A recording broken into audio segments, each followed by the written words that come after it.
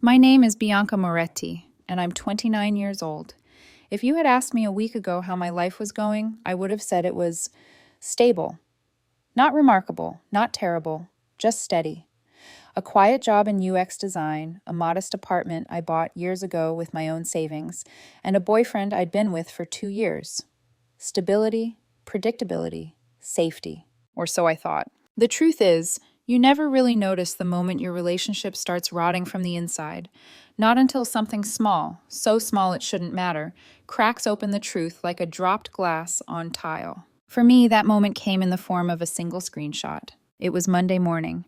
I was still half asleep when my best friend Lacey texted me. No good morning, no context, just an image. At first, I didn't understand what I was looking at.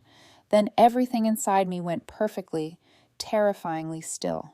It was a photo of me, sleeping. My hair was a mess, sticking up in a way no amount of brushing could fix. My mouth was open. I looked exhausted, vulnerable, human. My boyfriend Liam Carter had taken it. But the caption, that was the real knife. Imagine waking up to this every day. Underneath, a swarm of reactions. Laughing emojis, crying laughing stickers, playful insults from his little influencer circle. And then the one that turned my stomach cold. Sienna Hale, time for a new one. Sienna, his ex-girlfriend. The one he claimed he was completely over. The one he swore he didn't even talk to anymore. I stared at the screenshot for a long moment, not breathing, not blinking. It wasn't dramatic, no punch of rage, no heartbroken tears. It was quieter, like a switch flipping. A click, a decision forming. Because this wasn't a public post. It wasn't some harmless influencer stunt. This was on Liam's private story, only visible to the people he trusted and valued the most. And in that safe little circle, the person he lived with, the woman who paid the rent, the girlfriend who had stood by him through every algorithm meltdown, was a joke. A joke to tolerate, a flaw to laugh at, an inconvenience masquerading as his partner. I reread the caption again. Imagine waking up to this every day. Funny how he never imagined how it felt for me to wake up next to someone who saw me as content instead of a person. I put my phone down, sat in silence, let the truth settle like dust. This wasn't new, not really.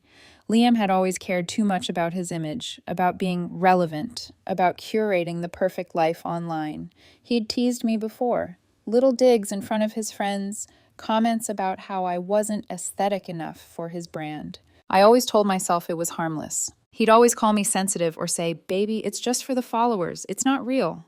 But this was real. This was who he was when he didn't have to pretend.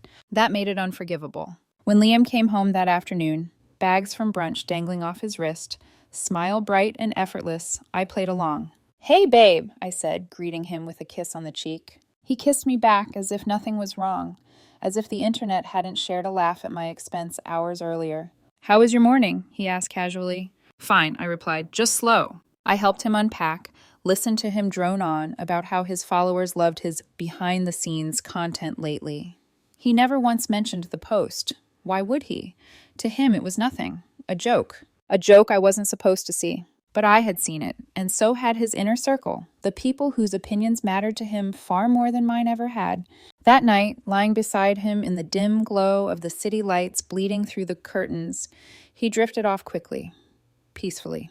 I stayed awake, staring at the ceiling. He thought I was soft, predictable, someone who would swallow humiliation the way I swallowed everything else he'd thrown at me. He thought I wouldn't do anything. He thought he knew me. He had absolutely no idea what I was capable of. In the hush of that sleepless night, a plan began to take shape. Not impulsive, not emotional. Cold, logical, perfect. If Liam wanted to turn me into entertainment, if he wanted to broadcast my humiliation, then I would give him a performance he'd never forget. Because he wasn't the only one who knew how to manipulate a screen.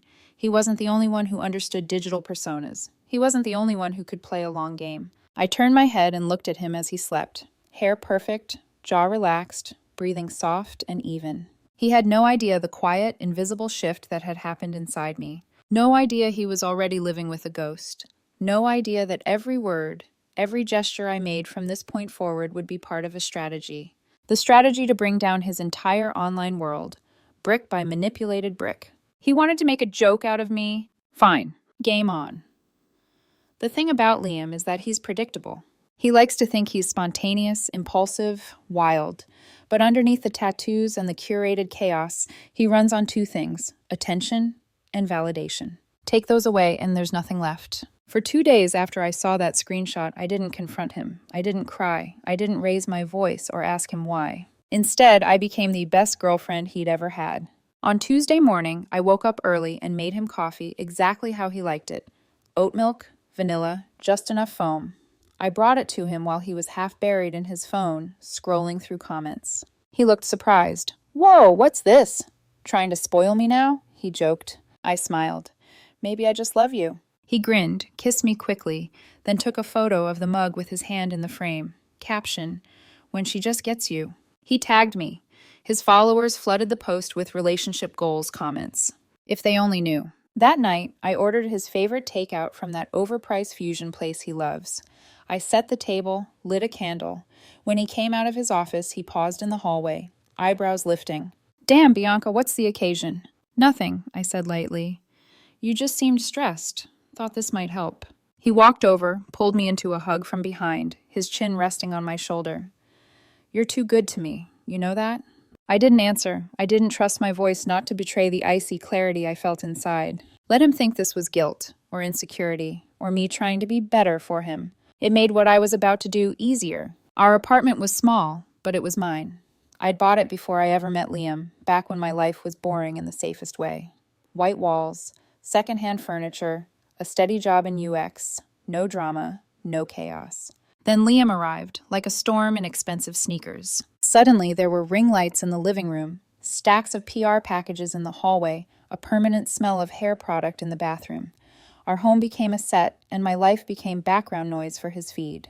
The first time he joked about me not being aesthetic, I laughed it off. The 10th time, it hurt. Now, I was done.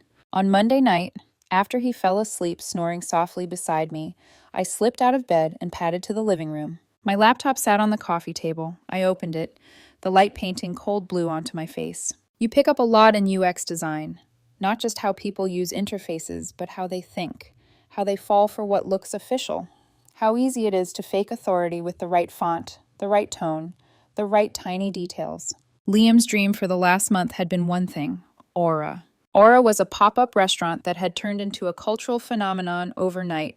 It was all over his feed. Other influencers tagging each other, posting dimly lit aesthetic shots of cocktails, strategic glints of gold under mood lighting. No signage, no public reservations, invite only. He talked about it nonstop. B, if I could just get into Aura, that's like instant level up. Brands see that. People take you seriously when you're in those circles. He said it like we didn't live in the same universe sometimes. So I gave him what he wanted, just not in the way he expected. I spent hours that night studying Aura's branding, their logo, their color palette, the language they used in posts, half mysterious, half pretentious. Then I opened a blank email template and started building. From auraeventsevents.auraconcepts.co to Liam Carter. Subject, exclusive invitation. Aura. Private experience. Collaboration. Opportunity. I wrote like a brand marketer with something better to do. We've been following your content and love your unique energy. We are extending a discreet invitation to select creators whose image aligns with Aura's vision. I referenced a tech company I used to work with before I switched to UX, just enough corporate legitimacy to make it believable. Your name was recommended through a contact at Luminex Systems, and we would be delighted to host you and a guest this Wednesday at 8 o'clock p.m. I attached a fake PDF with the logo, a time slot, and a note about strictly controlled guest lists and discretion advised. It was flawless. Not perfect. Perfect would make it suspicious. Just polished enough to be real. I scheduled the email to arrive the next evening at 7:15 p.m., right when I knew he'd be at his most restless, scrolling his inbox and analytics like a gambler watching slot machine reels. Then I closed the laptop and went back to bed. Liam murmured something in his sleep and turned onto his side. I lay awake, staring at his back. He thought he'd turned me into a joke. He had no idea I'd just turned him into a story. Tuesday evening, I made sure everything looked natural. I cooked pasta, let a YouTube video play softly in the background, left my laptop open on the dining table like I'd been working. At 7:16, I watched from the kitchen as my screen lit up with a new email notification. Right on time. Baabe! Liam called from the hallway, sounding half distracted. Have you seen my black hoodie? The one with the white stitching? In the laundry basket, I called back. He walked past the table, then froze. I saw it in the corner of my eye. The subtle double take when something in your peripheral vision catches fire. He leaned over my laptop. Silence. I dried my hands slowly with a towel, giving him time to read. Bianca, he said, voice suddenly higher, almost breathless. I turned, eyebrows raised, like I didn't already know. What's up? He spun the laptop toward me so fast he nearly pulled out the charger. His eyes were wide. Did you see this? He said. You didn't tell me you knew someone at Aura. I walked over, acting like I was seeing the email for the first time. I even narrowed my eyes and leaned in. Oh, I said slowly. That. I must have missed it. My inbox is chaos lately. You must have missed it? He repeated, like I'd said I accidentally forgot a winning lottery ticket in the trash. He pointed at the screen. Bianca, this is Aura. They invited us. Do you understand how big this is? This is huge for my brand. Huge. He was already pacing, his mind racing ahead of his mouth. I mean, we have to go. Wednesday at 8. That's tomorrow. I need an outfit. I need to plan content. I need to tell people without, telling them, you know? I pretended to think about it. Well, I guess we can go, I said, if you really want to. He stopped, stared at me like I'd said, if you really want to breathe air. Do I really, Bianca, this could change everything for me. He kissed my forehead, his gratitude overflowing, but not really for me, for the opportunity, for what it would do for him. Seriously, you're the best, he said. I knew things were going to turn around. I can feel it. I smiled and tucked a piece of hair behind his ear. Inside, I felt nothing, just a quiet, steady focus. The next 24 hours were a montage of Liam spiraling upward. He ordered a new shirt with same-day delivery, booked a last-minute haircut, spent half the afternoon practicing casual poses in the mirror. His phone never left his hand. Instagram, TikTok, Snapchat. Every platform got a cryptic teaser. Something big tomorrow. Can't believe this is happening. Dream collab loading. His followers ate it up. Speculation flooded his DMs. He wouldn't say what it was, but he made sure they knew it was exclusive. This is it, B, he said that night, lying in bed with his arm thrown dramatically over his face. You don't get chances like this twice. Once I'm seen at Aura, I'm on a different level. I turned my head to look at him. How do you know you're ready for that level? I asked quietly. He dropped his arm and looked at me like I didn't understand the gravity of his destiny. You're never ready, he said. You just show up and become it. People believe what you show them. I held his gaze for a long moment. Yeah, I said softly. They do. He smiled, misreading everything. Don't worry, he added, pulling me closer. When I blow up, I'm taking you with me. I rested my head on his chest, listening to his heartbeat, steady and oblivious. You're not taking me anywhere, I thought. Tomorrow, you're not leveling up. You're crashing down. He drifted off, already dreaming of the pictures he would take, the stories he would tell. Meanwhile, in my head, I was already in front of that unmarked door, seeing his face when the illusion crumbled, watching the moment his carefully curated life slipped through his fingers in front of thousands of witnesses. He thought tomorrow night would elevate his status. I knew it would bury it. Wednesday evening arrived with the kind of electric tension you can taste. The air felt too still, the apartment felt too clean, and Liam felt too excited. He'd been pacing for the last hour, checking the time, adjusting his shirt, smoothing his hair, fiddling with cufflinks, brushing imaginary lint off his coat. Every few minutes, he'd glance at the mirror on our living room wall and practice a new, natural smile. Bianca, how's this one? He held up his phone, turning his head slightly so the light hit his jawline. Perfect, I said. He had no idea how right and wrong that word would be tonight. The car ride. The black town car I ordered pulled up at exactly 7:32 p.m. He insisted on going fashionably early, not realizing the irony. When we stepped outside, he immediately pulled out his phone. Okay, don't say anything yet, he whispered, completely serious. I'm going live. A familiar knot tightened in my chest. Not fear, not regret, anticipation. He turned on the camera. His face lit up instantly, shifting into that polished persona his followers adored. Guys, he said dramatically, I can't say where we're headed yet, but trust me, this is major. Stay tuned. His smile was blinding. His confidence was towering. And soon, both would break. I watched the city lights streak across the windows as we drove.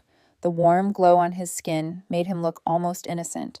If I didn't know better, I might have felt guilty. But guilt belongs to people who are still emotionally invested. I wasn't.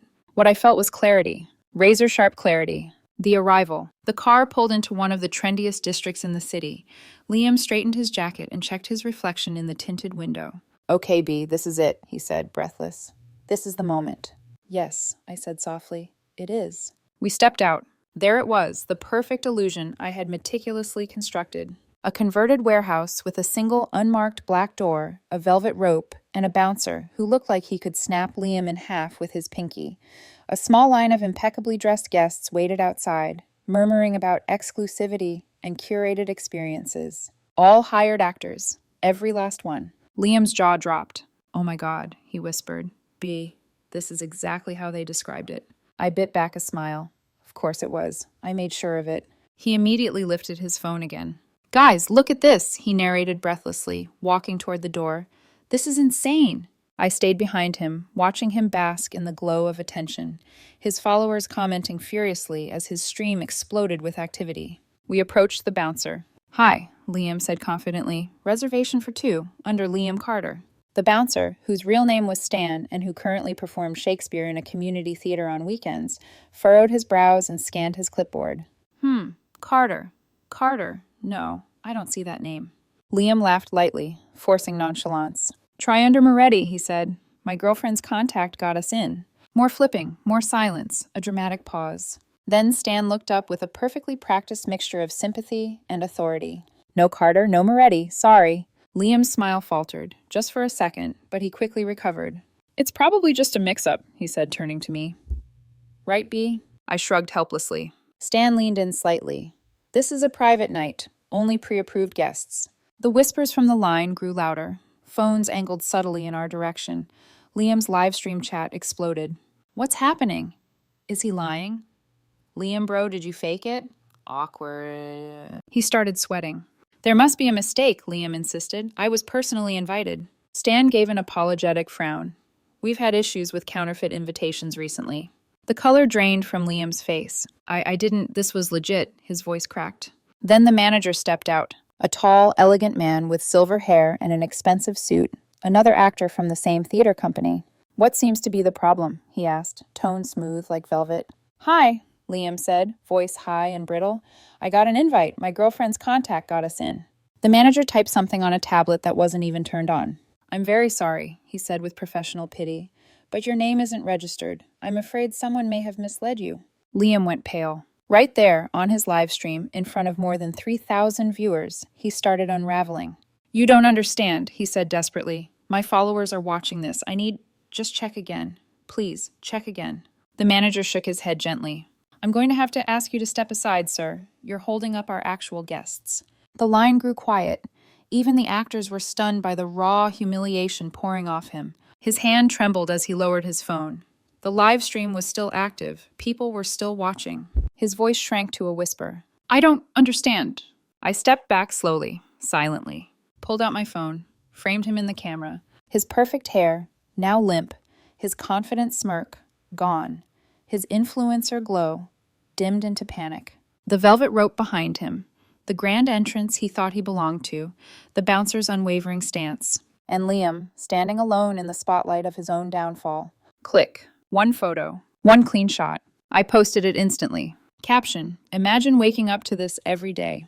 The irony was delicious. I didn't wait for him to notice, didn't wait for the audience to react, didn't wait for anything. I turned, walked back to the car, and told the driver, "Home, please." The door shut behind me, muffling the manager's soft apologies and Liam's cracking voice. As the car pulled away, I looked out the window and whispered, "The show is over."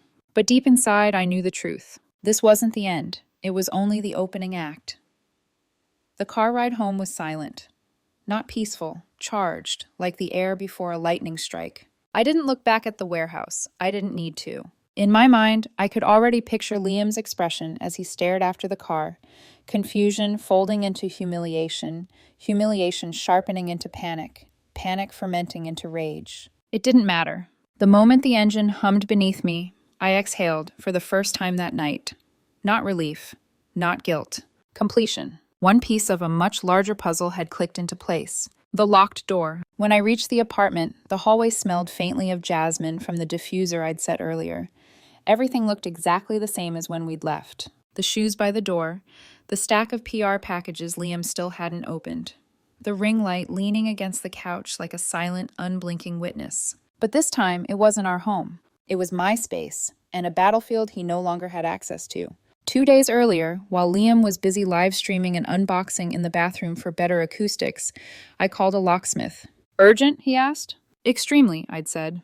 The new locks clicked into place like armor. So when I shut the door behind me after the aura spectacle and turned both locks with calm, deliberate motions, it felt right. Clean. Final. My phone buzzed, the screen lighting up with his name, again and again. I switched it to airplane mode, placed it face down on the kitchen island, and made myself a cup of tea. Chamomile. Calming. The tea wasn't for my emotions. It was simply habit. My heart wasn't racing. My hands weren't trembling. It was eerie how calm I felt. I took a long shower, washed off the city grit, changed into soft cotton pajamas, and crawled into bed with the sheets cool and crisp around me. I slept better that night than I had in months. The storm arrives. At 2:12 a.m., someone began pounding on the door. I sat up in bed, alert but unsurprised. Through the walls, I could hear Liam shouting, a raw, cracking mix of fear and fury. "Bianca, open the door! B, what the hell? Open up!" I padded into the living room, the wooden floor cool under my feet. I didn't open the door. I simply tapped my doorbell camera feed. The screen lit up with Liam's face. His makeup-perfect influencer glow was gone. Smeared, sweaty, streaked with tears he would never admit to. His hair was disheveled, his shirt wrinkled. He looked like a man whose identity had been yanked straight out of his hands. "Bianca, why did you leave? What was that? What did you do to me?" He banged again, fist slamming against the metal. "You embarrassed me in front of everyone. What is wrong with you?" I sipped the water I had brought from the kitchen, standing in silence as he screamed himself hoarse. Eventually, his cries softened into pleading. "B, please, just talk to me. Open the door, please." The camera lens caught everything. The desperation, the anger, the collapse. I watched without emotion, not because I hated him, but because I was done. After 30 minutes, he slumped against the wall, exhausted. At some point, he left. I didn't check the time. I simply went back to bed. The next morning, the internet erupts. I woke up to sunlight and silence. After making myself breakfast, I finally turned my phone on. Notifications exploded. Hundreds of messages, tags, and mentions. The instant my phone synced, it buzzed like a hornet's nest. Liam had gone nuclear. He posted 6 Instagram stories, a TikTok video, and a long Twitter thread, all by dawn. My girlfriend betrayed me. She set me up. She humiliated me publicly. She's manipulative. I'm the victim here. He uploaded a crying video, red-eyed and shaking. Sienna, his ex, jumped in immediately. She posted a selfie with the caption, "Some women don't know how to treat a good man." She made a 3-minute rant about evil girlfriends who ruin influencer careers. Her followers swarmed. Then Liam's friends piled on. She blindsided him. That prank she pulled, psychotic. Liam deserves better. Bianca is emotionally unstable. She needs help. They painted me as a villain with the ease of people who've rehearsed the script before. Part of me was impressed. He moved fast when his image was threatened. But here's the thing about social media. When you panic, people can smell it. His narrative had cracks, contradictions, gaps. Some followers noticed. Why was he live streaming a private invite? Why would a supposedly gentle, sleeping photo joke justify the kind of public meltdown he had? Why were his stories inconsistent? The comments began splitting. Team Liam. She ruined him. What a psycho. She planned it. Team Bianca. Something feels off. Why would she do this out of nowhere? Liam's story doesn't add up. He's hiding something. I didn't say a word. Not a post, not a story, not even a like. I let the internet boil. Let his lies ferment. Let his followers argue. Silence was my sharpest weapon. Behind the calm, people think revenge is emotional, that it's fueled by rage or heartbreak. But mine wasn't. It was methodical, intentional, surgical. Liam's biggest mistake wasn't the sleeping photo. It wasn't even the caption. It was believing there would be no consequences, that I was soft, predictable, safe. He had forgotten something vital. I had receipts too, ones far worse than a mocking picture. And if he wanted a war, I would give him one he couldn't spin, edit, or filter his way out of. I sat down at my desk, opened my laptop, and whispered, "Time to end this." The thing about Liam was simple. He built his entire identity on smoke and mirrors, and he believed everyone else did too. He thought if he spun the narrative hard enough, posted enough teary-eyed rants, and let his ex-girlfriend Sienna inflate the drama, he could flip the script. He thought his followers would save him. He thought lies could outmaneuver truth. But he didn't understand something fundamental. Influencers need an audience. Brands need proof. And I had both. The evidence buried in the cloud. I sat at my desk that morning, a cup of cooling coffee beside me, and opened our shared cloud account. Liam had forgotten he was still logged in. Logged into everything. Photos, files, screenshots, receipts. He had always been careless with the devices he used to cheat his way into relevance, and now it would cost him everything. I found the Miami album within seconds. The first few photos were the polished ones he had posted online. Perfect light, perfect angles, perfect lies. Then I scrolled further. Buried deeper were the raw, unfiltered truths. A mirror selfie of Liam shirtless with Sienna hugging him from behind, both laughing. A blurry hotel bed photo with 2 cocktails on the nightstand. A receipt from Asteria, a luxury Mediterranean restaurant.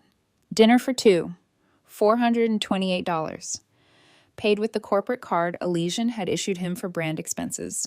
And then the worst one, a video, just 8 seconds long. Liam recording himself with Sienna kissing his cheek, whispering, "Thanks, Elysian, for the romantic getaway." My jaw clenched. He hadn't just cheated on me, he'd cheated on the brand that paid his bills. He wasn't just unfaithful, he was irresponsible, entitled, reckless. He thought he was untouchable. He was wrong. The email that would end him. I opened a blank email. To Marina.Dalka@Elysian. Subject, confidential, concerning your ambassador, Liam Carter. I wrote professionally, calmly, without venom. Cold truth hits harder when delivered without emotion. Hello, Marina. I am contacting you privately regarding one of your ambassadors, Liam Carter. I understand the importance Elysian places on authenticity and brand alignment, so I believe you deserve full insight into a series of actions that may impact your company. Attached are a screenshot of Liam publicly mocking me, his partner, in his private story. Documentation of a smear campaign he initiated. Photos from his Miami trip, which I understand was sponsored by Elysian. Receipts indicating he expensed a romantic dinner with his ex-girlfriend to the brand. I want to be very clear. The incident at Aura was a response to his targeted humiliation of me. However, his pattern of deception goes far beyond our personal conflict. I am not seeking public drama. I am sending this to you directly because a brand built on transparency deserves the truth. If you require additional information, I am willing to cooperate. Bianca Moretti. I attached every file, each one a nail in the coffin Liam built himself. My finger hovered over the mouse for one breath. Then, send. No trembling, no hesitation. The email shot into cyberspace like a bullet. A quiet, professional bullet aimed straight at the empire Liam worshipped. The waiting. I closed my laptop, went to the gym, ran 5 miles. Every footfall on the treadmill felt like a release, as if months of swallowed dignity were dissolving into the sweat on my skin. When I got home, I showered, tied my hair back, and sliced fruit for lunch. I didn't check my phone. I didn't need to, because I knew exactly how this would play out. The brand would respond. The brand would investigate. The brand would burn him down faster than I ever could. The detonation. At 3:17 p.m., my phone buzzed. A single-line preview popped up on my screen. Thank you for bringing this to our attention. And beneath it, another email notification. Then another. Then another. The avalanche had begun. I opened Instagram. Liam had gone silent. No stories, no posts, no tweets, no damage control. His last story was from 6 hours ago. Him sitting in his car, puffy-eyed, trying to look victimized. But now, nothing. Silence is loud on the internet. Then the group chats started leaking. Screenshots from smaller influencers. Messages from mutual acquaintances. Elysian dropped him. They're suing. They found out about the fraud. His contract is terminated effective immediately. Legal is involved. He's panicking. I leaned back in my chair, closed my eyes. No satisfaction, no guilt. Just stillness. Sienna's collapse. Within hours, Sienna deleted her rant. Then her follow-up rant. Then her vague tweet about fake friends and some people aren't worth defending. She unfollowed Liam. Then refollowed him. Then unfollowed him again. She posted a black screen to her story with the text, "Taking a break from social media." Translation: she realized she backed the losing side. Liam breaks. Around 6 p.m., while I was folding laundry, my phone buzzed again. A voicemail from Liam. I didn't listen to it yet. I simply watched as he tried to call again. And again. And again. The notifications stacked one on top of the other like a desperate tower of apologies. But I didn't answer, not out of cruelty, out of peace. Because the truth was undeniable now. I didn't destroy Liam. I simply showed the right people where he had buried his own career. I turned off the phone and placed it face down on the dresser. Then I whispered to myself, almost gently, "This is what accountability looks like." Little did I know, the final blow hadn't even landed yet. 6 months. It's strange how quickly your life can untangle itself from someone else's chaos when you stop trying to hold the pieces together. Back then, I thought revenge would feel loud, explosive, triumphant.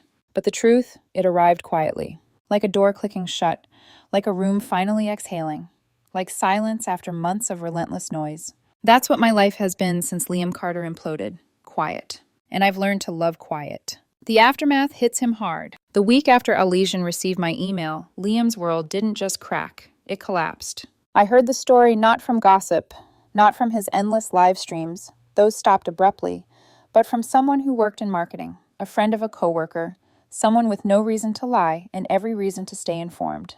Elysian didn't just drop him, she told me over coffee. They decided to make an example out of him.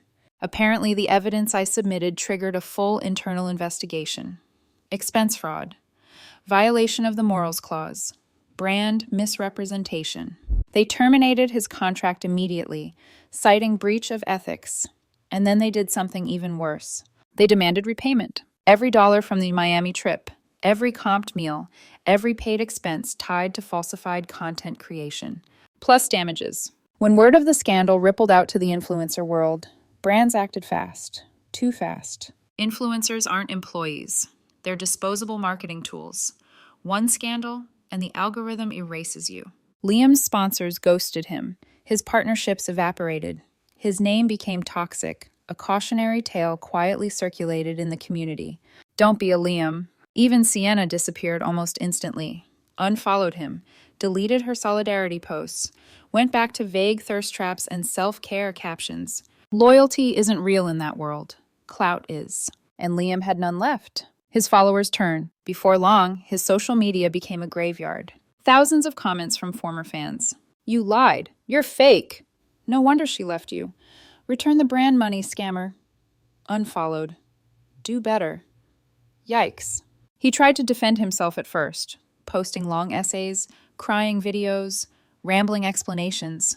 But his followers didn't buy it. They weren't laughing anymore. He wasn't content anymore. He wasn't shiny or aspirational or enviable. He was human, and in the influencer world, that's the worst thing to be. Eventually, he deleted everything, wiped his accounts clean.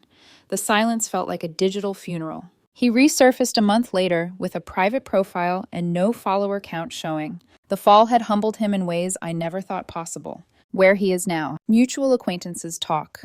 Neighbors whisper. People notice things.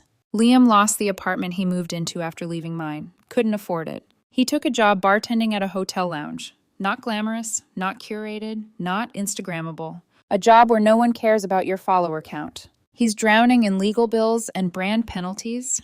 He's burned every bridge in the influencer world. His ex-girlfriend blocked him. His friends abandoned him. His online identity, his entire reason for breathing, evaporated. And without the validation he fed on daily, he shrank. He became small, real, just a man. Where I am now, I didn't plan some spiritual rebirth. I didn't reinvent myself. I didn't start posting glow-up photos or vague revenge quotes. I simply lived. I went back to work. I reconnected with friends I'd neglected. I slept better, took cooking classes, redecorated my apartment without worrying if it fit someone else's aesthetic. My life returned to something beautifully ordinary, and I realized that's what I always wanted. Not an audience, not an online persona, not a partner who treated life like a performance. Just peace. The last time I saw him. It happened 3 weeks ago. I was driving home from the grocery store when he stepped off the curb at a red light, crossing right in front of my car. He didn't see me. He looked normal. No designer clothes, no perfect hair, no ring light glow. Just tired and quiet. Carrying a backpack slung over one shoulder, walking like someone who didn't want to be perceived. I watched him pass. For a moment, I expected to feel something. Triumph, maybe. Bitterness. Satisfaction. Righteous anger. But there was nothing. Seeing him didn't reopen wounds. Didn't twist my stomach. Didn't ignite the anger he once caused so effortlessly. It felt like watching a stranger whose story I happened to know the ending of. When the light turned green, I drove away. No drama, no symbolism, no cinematic closure, just moving forward. Because that's what real closure looks like. My final thought. People think revenge is about hurting someone, but real revenge, the lasting kind, isn't destruction. It's exposure. All I did was remove the glossy filter from Liam's life. He destroyed himself with what was underneath. He wanted to make me the punchline of a joke, but in the end, the only joke was the life he pretended to have. And I walked away without ever needing to laugh.